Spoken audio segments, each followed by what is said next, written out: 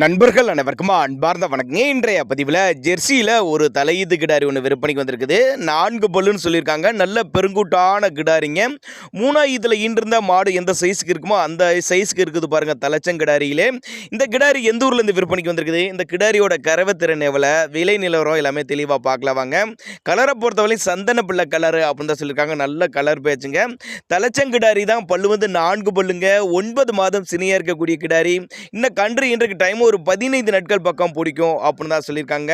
நல்ல மடிசெட்டு, நல்ல காம்போலம், தண்ணி தீனிக்கு எந்த ஒரு குறைச்சல் இல்லை. ஆண் பெண் யார் வேணாலும் ஹேண்டில் பண்ணலாம் அப்படின்னு தான் சொல்லியிருக்காங்க. நல்ல குணத்தில் தங்கம், பொறுமையான குணம். நாமக்கல் மாவட்டம் அணியாபுரம் என்ற பகுதியிலேருந்து விற்பனைக்கு வந்திருக்குது. தலைச்சனுக்கே ஒரு 14-15 லிட்டர் தாராளமாக கரை எதிர்பார்க்கலாம். ஃபுல் மடி எடுக்கிறப்ப மாடால் நடக்கவே முடியாது. அந்தளவுக்கு நல்ல தரமான பொருள் அப்படின்னு தான் சொல்லியிருக்காங்க. நல்ல பெருவெட்டு அப்படின்னு தான் சொல்லியிருக்காங்க.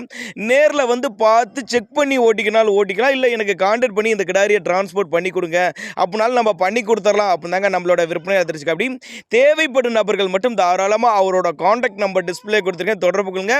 சின்னதாக ஒரு அட்வான்ஸ் மாதிரி போட்டிங்கன்னா கூட மாட்டை கொண்டு வந்து வீட்டில் இறக்கி விட்டுறலாம். எப்போவுமே கண்டினியூஸாக 10-15 கிடாரிகள் கட்டுத்துறையில் இருக்கும் அப்படின்னு தாங்க நம்மளோட விற்பனை அதிர்ச்சி. அப்படி தேவைப்படும் நபர்கள் மட்டும் தாராளமாக கான்டாக்ட் பண்ணுங்கள்.